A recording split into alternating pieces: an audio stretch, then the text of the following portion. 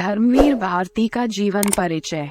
धर्मवीर भारती आधुनिक हिंदी साहित्य के प्रमुख लेखक, कवि, नाटककार का जन्म 25 दिसंबर 1926 को इलाहाबाद के अतरसुइया मोहल्ले में एक कायस्थ परिवार में हुआ था।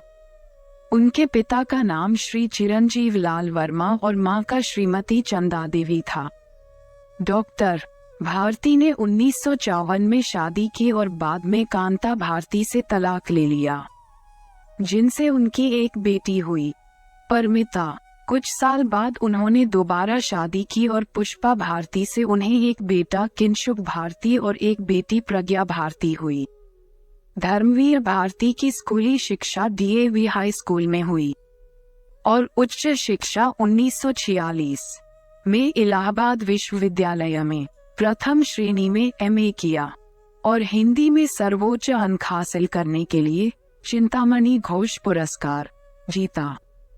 इसके बाद में डॉक्टर धीरेन्द्र वर्मा के निर्देशन में सीधा साहित्य पर शोध प्रबंध लिखकर उन्होंने PhD प्राप्त की और इलाहाबाद विश्वविद्यालय में हिंदी के व्याख्याता नियुक्त हुए। प्रयाग विश्वविद्यालय में अध्यापन के दौरान हिंदी साहित्य कोश के संपादन में सहयोग दिया। निक्ष पत्रिका निकाली तथा आलोचना का संपादन भी किया। उसके बाद धर्मयुग में प्रधान संपादक पद पर बंबई आ गए। 1950 का दशक भारती के जीवन का सबसे रचनात्मक काल था। इस चरण के दौरान उन्होंने कई उपन्यास, नाटक, कविताएं, निबंध और आलोचनात्मक रचनाएं लिखीं।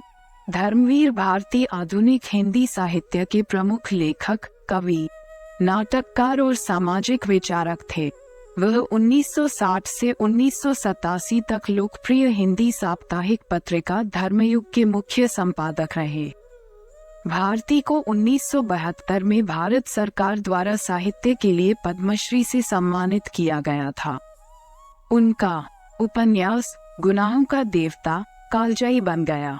भारती की सूरज का 7वां घोड़ा को कहानी कहने का एक अनूठा प्रयोग माना जाता है और 1992 में श्याम बेनेगल द्वारा इसी नाम से राष्ट्रीय फिल्म पुरस्कार विजेता फिल्म बनाई गई था। अंधा युग महाभारत युद्ध के ठीक बाद का एक नाटक है, जो एक क्लासिक नाटक है जिसे अक्सर नाटक समूहों द्वारा सार्वजनिक रूप से प्रदर्शित किया जाता है।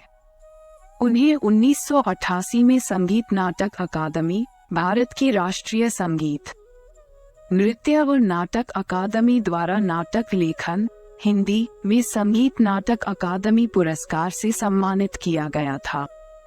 धर्मवीर भारती को हृदय रोग हो गया और 1997 में एक संक्षिप्त बीमारी के बाद उनकी मृत्यु हो गई।